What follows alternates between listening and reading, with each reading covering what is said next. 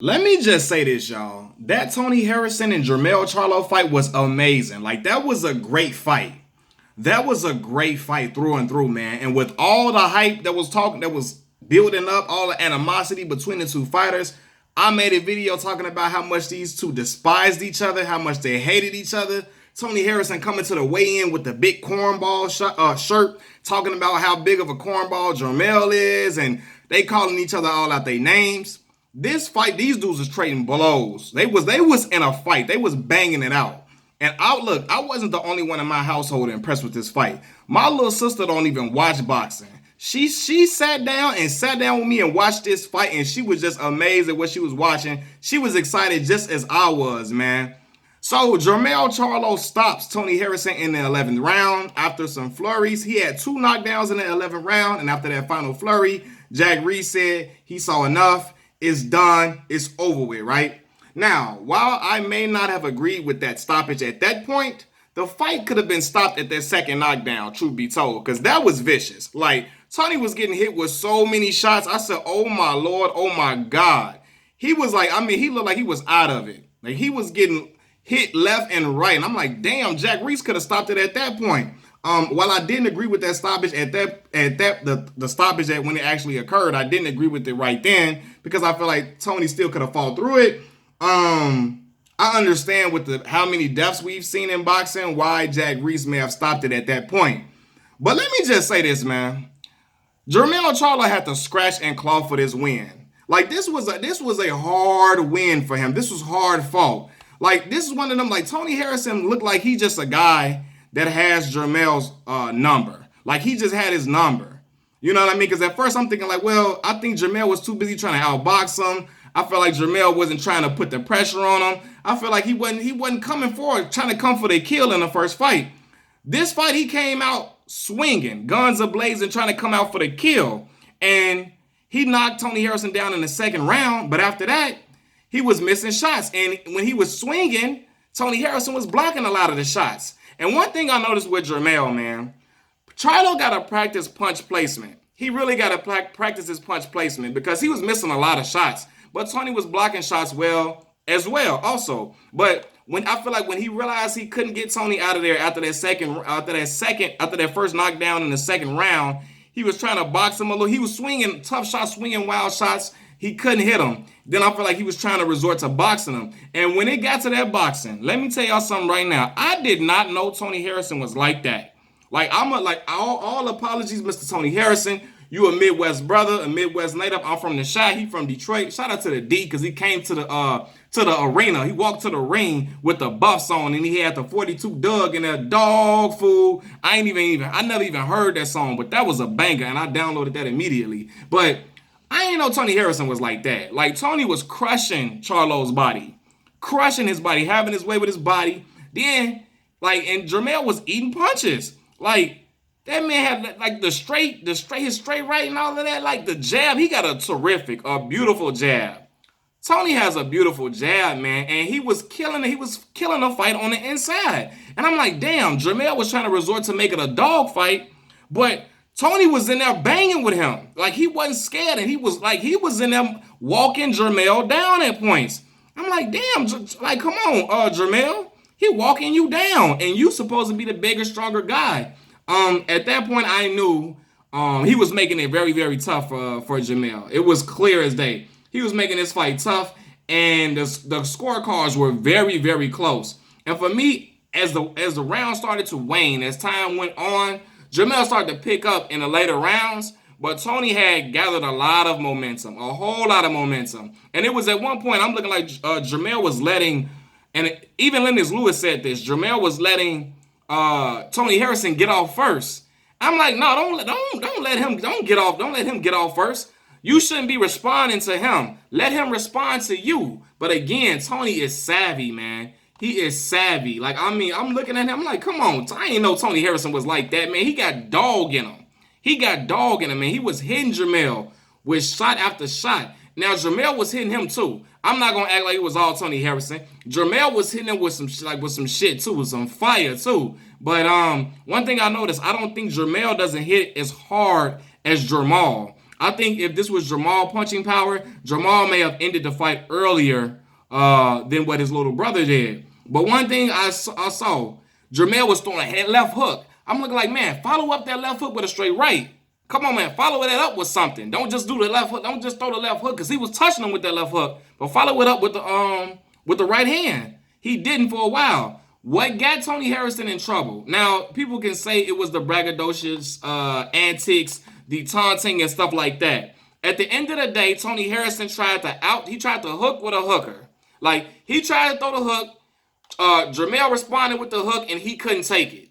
Like, and people always said that Tony was chinny. Now, I know he got knocked out by, what's the dude that knocked him out, man? I gotta look at the what's the name that knocked him out. What's the dude's name, man? But people always said that he was chinny. So he got rocked. He got hurt in the first fight as well. So you could say you was possible to know that Jermell could touch him up and Jermell could possibly hurt Tony.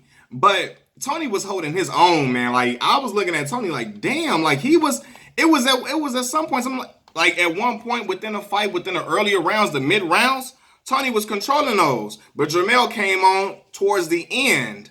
He was rallying at the end of the fight. This was a very, very close fight. One thing I will say about Jermell, man, Jermell, when he smell blood, he gonna try to get you up out of there. And honestly, on that second knockdown that they had in that 11th round, that second knockdown was brutal. Brutal. I wouldn't have been mad if Jack Reed stopped it at that point, because he was like, Tony was getting hit with some shit. I was like, oh my God. Like, good God. For real. But Tony was fighting beautifully on the inside, and he was hitting him with like that jab his jab was so effective, man. So effective. And the straight 1-2, like for real, on the outside, he was landing with that, and then fighting on the inside, touching up Jermell's body. And I wanted Jermell to kind of mix up his punches a little bit. Mix up your punches a little bit. Go to the body a little bit. Go to the body. My uncle seems to think that Jermell needs to leave Derek James and go back to who Jermell uses. You know, go back to who your brother got. But I just think he needs to work on his punch placement a little bit. But this was a great fight. Like, exciting all the way through, man. And yeah, Tony tried to hook with a hooker, and he got caught twice. Like, he got caught 3 times. So, and Jack Reed said he saw enough. Again, I didn't agree with the stoppage at that point. But if he would have stopped it on that second knockdown in the 11th round, I would have been all in favor of it, because that was ugly. That was ugly, man. And Tony, truth be told, man, outside of them knockdowns, Tony fought a beautiful fight. He fought a beautiful fight. But he said he got relaxed. He got a little lazy a little bit. He got a little too laxed, and he got caught with some shots. I wouldn't be mad if I saw a third fight of this one. I wouldn't be mad, but I don't know if Jermell, like, listen, Tony know how to fight. And, like, he was giving Jermell a lot of problems, man. And I'm sure Charlo believes in himself. He got the lions on it. He's a dog. Jermell got a lot of heart. I ain't gonna never say that. And I know he wanted to get that get back, because Tony is a much better trash talker than Jermell. And I feel like Jermell was getting so heated because he wasn't as, slick. Some people just got slick. They know how to slick talk people. You know what I mean? The Midwest dudes, a lot of them, they got great slick talk. They know how to talk slick to you. They know how to talk mess with you. They know how to, as people say in the hood, when back in the day, they called it playing the dozens. In Chicago, we know how to fry your ass. Like, he know how to, like, come with some jokes that could be sting, that can hurt. And Jermell wasn't good. He wasn't witty with the words like that. So I feel like he was ready to get back from the knockout. But if he believes in his power, but if Jermell ain't had no power, Jermell would have been in trouble. Now, I'm not gonna lie too. It's other guys in the division that's gonna see this fight and gonna want Jermell. They're gonna want Jermell. Hopefully, like I said, Jermell practices some punch placement as well. Work on some things, because him and Julian Williams, J-Rock, man, listen, that's gonna be something to see. Like, that's gonna be something to see for real, for real.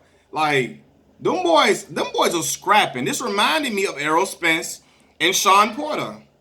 It reminded me just of that, and I was just like, damn, this is a crazy fight, man. This is a crazy fight, but Jermell, again, got power. He got power. He had confidence in it. And I thought he was gonna like tire out a little. I thought he was gonna be like, oh my God, he's gonna be too tired. But I feel like he knew he got to get this guy up out of there. He promised a knockout. He said get the smelling salt out, and it wasn't the smelling salt that didn't have to be brought out. But he got a stoppage, man. And he was hitting. He knocked him down. Got 3 knockdowns. So some people were like, oh, they didn't agree with the scoring cards at the end of the fight. It was a close fight. Tony was in control of the middle rounds, but I feel like Charlo was coming on towards the end. And the knockdowns helped Charlo a lot. But Charlo showed resiliency, man. He showed a lot of resiliency.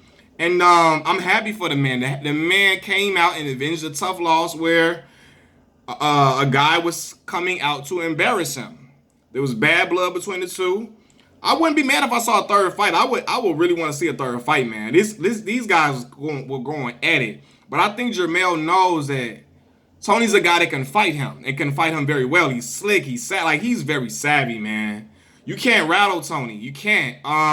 Tony looks so disappointed because he knows if outside of them knockdowns, he boxed a beautiful fight. But hey, if you can't take that punch, you get caught. You get caught. It is what it is. It's the name of the game. And Jermell was quick with it. Wow. And he was putting some oomph on them punches. I'm looking at the first round. Jermell was coming out with bad intentions. He wanted to hurt Tony. He wanted to have Tony stretched out. No lie. And I'm sure Tony wanted the same thing. But Tony got pop on his punches too. Because I'm like, damn, I ain't know Tony was like that. Fighting in the clinch, fighting in the trenches. Like fighting in close quarters. And he wasn't scared to bang it out. I'm looking like Tony gonna want to just box him. No, Tony was like, let's mix it up, baby. Let's go with it. Come with it. And the Motor City Cobra, Tommy Hearns is in the crowd. He looking like, yeah, Detroit is in the building. But let's say Houston, Texas. Your boy Charlo brought it. He brought it home. He brought it home, man. Jermell, and I'm a fan of the Charlo twins. I'm a fan of both Jermell and Jermall. So I would like to, I was happy for Jermell to get the belt back, to get his confidence back, because Lord knows how I felt like Tony was getting to him. And he, everybody, just because you're passionate doesn't mean you're emotional. But sometimes I really do feel like Jermell was just pissed because he wanted that belt back. And he felt like Tony was kind of getting the best of him in the verbal game. I'm glad that he won his belt back, because some guys don't.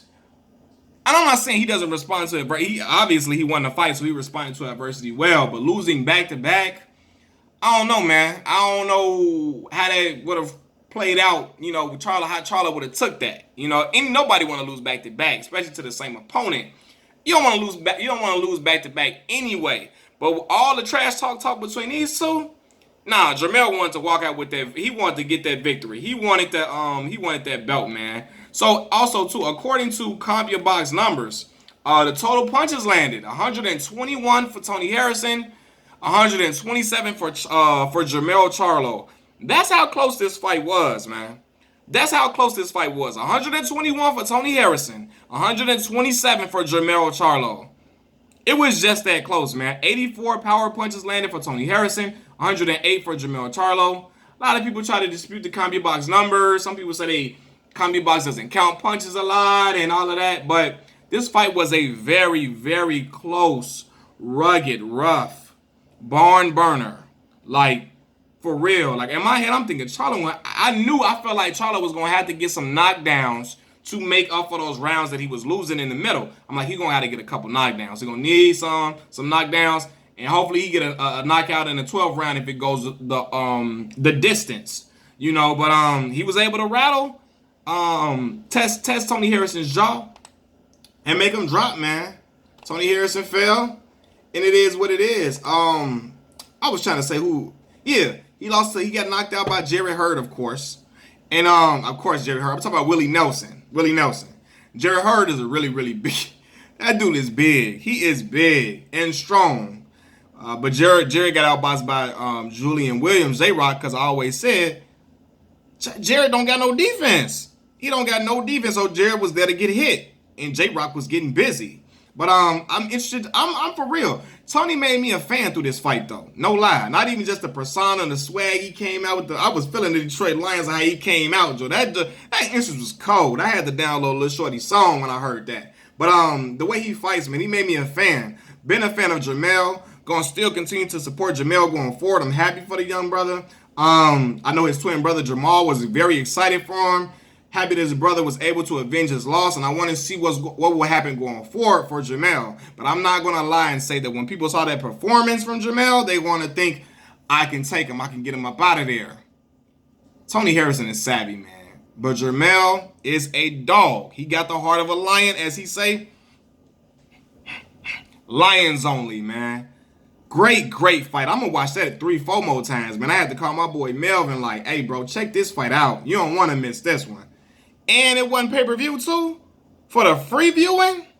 This was dope, man. Machiavelli Mills TV, thank y'all for tuning in with me. Like and subscribe to this channel. Like the video, comment, subscribe to the channel. Tell your friends, girlfriend about this channel. And I everybody tuned in, man. Peace.